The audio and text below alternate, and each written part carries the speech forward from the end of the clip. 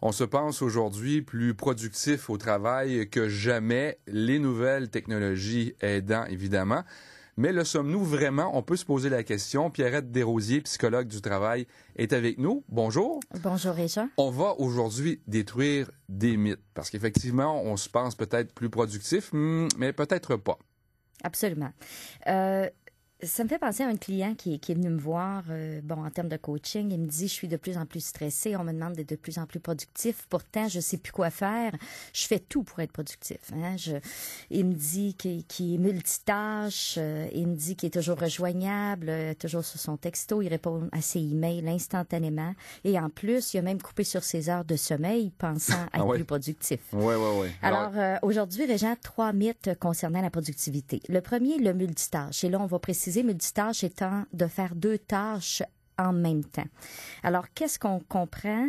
On sait aujourd'hui que faire 2 tâches à la fois, on en est incapable comme être humain, à moins d'accepter de diminuer en termes d'efficacité, de productivité ou même de vitesse. Mais quand on parle de 2 tâches en même temps, bon, à la limite, c'est comme inconcevable. C'est impossible de faire 2 choses en même temps, mais c'est ce qu'on essaie de faire. C'est ce qu'on essaie de faire. C'est-à-dire qu'on regarde nos courriels, puis en même temps, on parle au téléphone, puis on essaie de répondre, on essaie de régler un problème.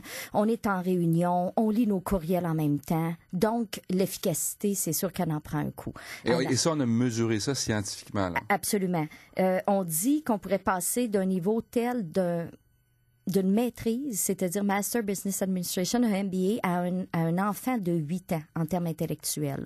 Donc, le cerveau ne peut pas faire 2 tâches. Le niveau intellectuel baisse au moment jusqu'à où on un fait enfant 2 de 8 choses en ans. même temps. Exactement, parce qu'on peut pas séparer le niveau de conscience et dire j'ai une moitié du cerveau qui travaille sur mes textos et l'autre moitié est en train de préparer ma réunion. Donc, OK, on s'entend pour ça.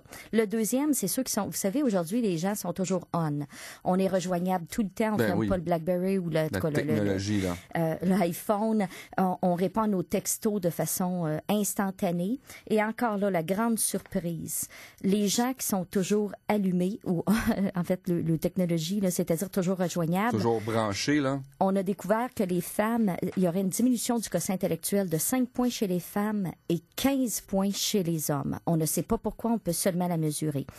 En fait, c'est tellement important, cette diminution-là, chez les hommes, qu'elle représente une nuit de sommeil manquée, ou même elle serait plus importante que 3 fois l'effet du cannabis pour les hommes que de prendre du cannabis. Pourquoi? C'est comme si le cerveau était un effet de crise constante, constamment sur l'adrénaline.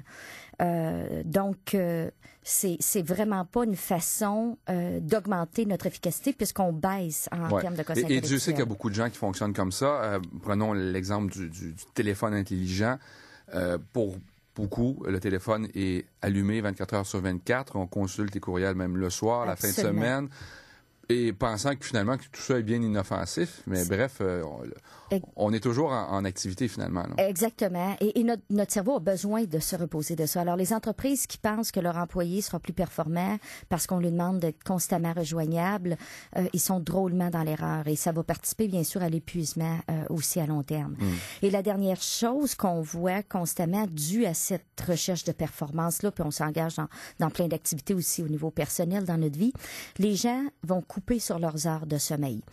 Le constat, c'est que 95% des êtres humains ont besoin entre 7 à 8 heures de sommeil par nuit.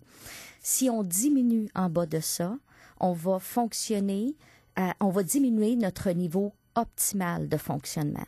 Donc, en termes de créativité, d'innovation, de recherche de solutions, de prise de décision, mais aussi en termes de santé. On sait qu'à long terme, un manque de sommeil chronique va influencer, par exemple, les maladies cardiovasculaires, puis un ensemble de maladies. Alors, à la lumière de tout ça, quels seraient vos conseils?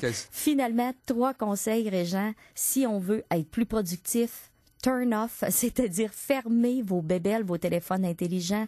Donnez-vous des pauses le soir, les fins de semaine. On tente de fermer le plus possible. Deuxièmement, une tâche à la fois. C'est comme ça qu'on sera le plus rapide et le plus intelligent et le plus efficace. Et dormez vos 7 à 8 heures de sommeil. Déjà là, on va augmenter notre productivité.